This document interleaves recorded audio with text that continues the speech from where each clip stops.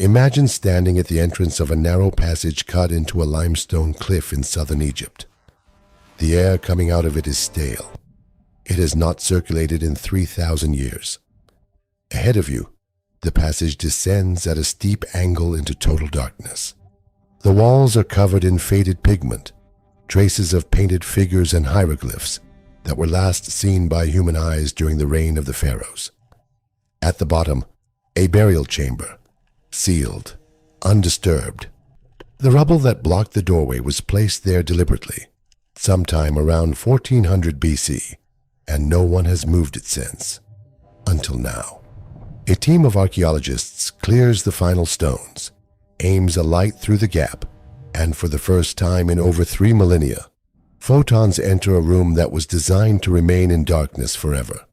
What they find inside changes what we thought we knew about one of the most powerful dynasties in Egyptian history. This is not fiction. In early 2025, a joint British and Egyptian archaeological team uncovered the tomb of Pharaoh Thutmose II near the Valley of the Kings. It was the most significant royal tomb discovery in Egypt in over a century, and it was only one of several sealed tombs opened that same year, each one revealing something that the archaeological record had never shown before. To understand why finding a sealed tomb in 2025 matters, you need to understand how rare it is. Egypt has been excavated continuously for over 200 years. Thousands of tombs have been opened, catalogued, and stripped. The golden age of discovery, when Howard Carter found Tutankhamun in 1922, gave the impression that Egypt's secrets were being rapidly uncovered. But the truth is more complicated. Most tombs found in the 19th and 20th centuries had already been looted in antiquity. Grave robbers reached them centuries or millennia before archaeologists did. The sarcophagi were empty. The gold was gone. The walls were damaged. What survived was fragmented, incomplete, and often impossible to attribute to a specific ruler. Finding a tomb that was sealed, intact, and identifiable is extraordinarily rare. Finding one belonging to a pharaoh is almost unprecedented in modern archaeology. Thutmose II ruled Egypt from approximately 1493 to 1479 BC, during the 18th dynasty, the most powerful dynasty of the New Kingdom. He was the husband of Hatshepsut, one of only a handful of women to rule Egypt as pharaoh. Despite his royal status, almost nothing was known about Thutmose II. No tomb had ever been attributed to him. No funerary objects bearing his name existed in any museum on earth. He was a pharaoh who had effectively vanished from the physical record. The tomb was found in the Mount of Thebes, west of Luxor, near the Valley of the Kings. Archaeologists first located the entrance and its main passage nearly 3 years before the announcement. At the time, they believed it might belong to a royal wife, given its proximity to tombs associated with the wives of Thutmose III. But as excavation progressed, the evidence told a different story. The walls of the burial chamber were decorated with hieroglyphic texts from the Amduat, a funerary text reserved exclusively for pharaohs. Fragments of the ceiling preserved traces of a blue background painted with yellow stars, a representation of the night sky that was a hallmark of royal tombs, and inscribed fragments of alabaster duck vessels. Small containers used for cosmetics and perfumes carried the name Thutmose II. The tomb was his, the first funerary furniture ever found belonging to this pharaoh. Objects that no museum had, that no record mentioned, that no scholar had ever studied. They had been sitting in the dark, under rubble, in a sealed chamber, for 3,500 years. But here is the detail that tells you something deeper about Egyptian tombs. The burial chamber was not intact in the way Tutankhamun's was. The grave goods had been partially removed, probably during the 21st dynasty, roughly 500 years after the original burial. Ancient priests, concerned about flooding and tomb robbery, systematically relocated royal mummies and their most valuable possessions to hidden caches. Thutmose II's mummy was likely moved during this period. What remained in the tomb was what the priests considered less important, or what they could not easily carry through the narrow passages. And yet, even what they left behind was enough to rewrite a chapter of Egyptian history. And Thutmose II was not the only discovery. Just weeks after that announcement, a separate team working at Abydos, one of Egypt's most ancient burial sites, unearthed the tomb of an unnamed king dating to approximately 3,600 years ago. The tomb was found 23 feet underground at a royal necropolis called Anubis Mountain. It featured a decorated limestone burial chamber with 16-foot-high mud brick vaults and painted scenes of the goddesses Isis and Nephthys, flanking what had once been the king's name. But ancient tomb robbers had deliberately damaged the hieroglyphic texts.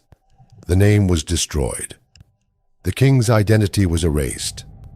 This pharaoh ruled, was buried with ceremony, was honored with monumental architecture, and then had his name chiseled off the walls by people who entered his tomb centuries later. He exists now as an archaeological fact without a name. A king who was meant to live forever and was instead turned into a question mark. The research team, led by the University of Pennsylvania, connected this tomb to a previously discovered ruler called Seneb-K, whose tomb was found at the same site in 2014. Together, these discoveries are revealing the outlines of a lost dynasty, a line of pharaohs who ruled from Abydos during a period of political fragmentation that most textbooks skip over entirely. Every tomb opened at Anubis Mountain adds another ruler to a dynasty that was not supposed to exist in the historical record. Then, in May 2025, Egyptian archaeologists working at Dra Abu el Naga in Luxor announced the discovery of 3 more tombs, these belonging to prominent statesmen from the New Kingdom era, dating between 1539 and 1077 BC. The tombs contained well-preserved hieroglyphs, painted walls, and artifacts that offered rare insight into the lives of high-ranking officials rather than royalty. And separately, at Saqqara, a team led by Zahi Hawass uncovered a massive false door made of pink granite inside the tomb of Prince Wazir Ifre, a son of King Userkaf from the Old Kingdom. A false door is a symbolic passage between the world of the living and the dead, never meant to be opened by human hands. It was found exactly where the ancient architects placed it, undisturbed, still facing the direction the dead were meant to walk. Let's pause here. Because what happened in 2025 was not a single discovery, it was a pattern. Multiple teams, working at multiple sites across Egypt, opened tombs that had been sealed for between 3,000 and 4,500 years. Each one contained something that no scholar had predicted. A pharaoh with no known funerary record, a king with no name, statesmen whose lives filled gaps in the historical timeline. A granite door meant to guide the dead that has not been touched since the day it was installed. And all of this happened in a country that has been excavated for 2 centuries, in sites that have been studied for decades. The ground still had secrets. What makes modern tomb archaeology fundamentally different from the era of Carter and Carnarvon is the technology. In the early 20th century, archaeologists dug with shovels and intuition.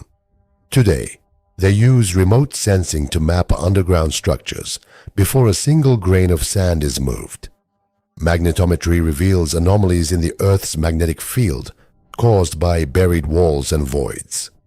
Photogrammetry creates 3-dimensional digital models of tomb interiors with millimeter precision. X-ray tomography and ancient DNA analysis can be applied to mummies and artifacts to reveal information about health, diet, lineage, and cause of death without unwrapping or damaging anything. This means that when a tomb is opened today, the act of opening it is only the beginning.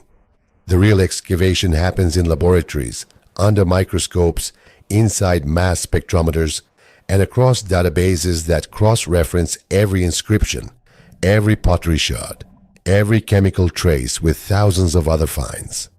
A single sealed tomb discovered in 2025 can generate decades of research, and the tools are only getting better. Here is what stays with you. Egypt's deserts have been walked, dug, mapped, bombed, colonized, touristed, and studied for longer than most modern nations have existed. Every major site has been excavated multiple times. The Valley of the Kings, Saqqara, Abydos, Luxor, these are not hidden places. They are some of the most thoroughly investigated locations on Earth. And yet, in a single year, archaeologists opened tombs containing a pharaoh that history forgot, a king whose name was deliberately destroyed, statesmen whose stories had never been told, and a granite door placed to guide the dead that had not been seen by the living in 4,500 years. The ground beneath Egypt is not empty. It is a library, and we have barely opened the first shelf. Thanks for watching, and I'll see you in the next one.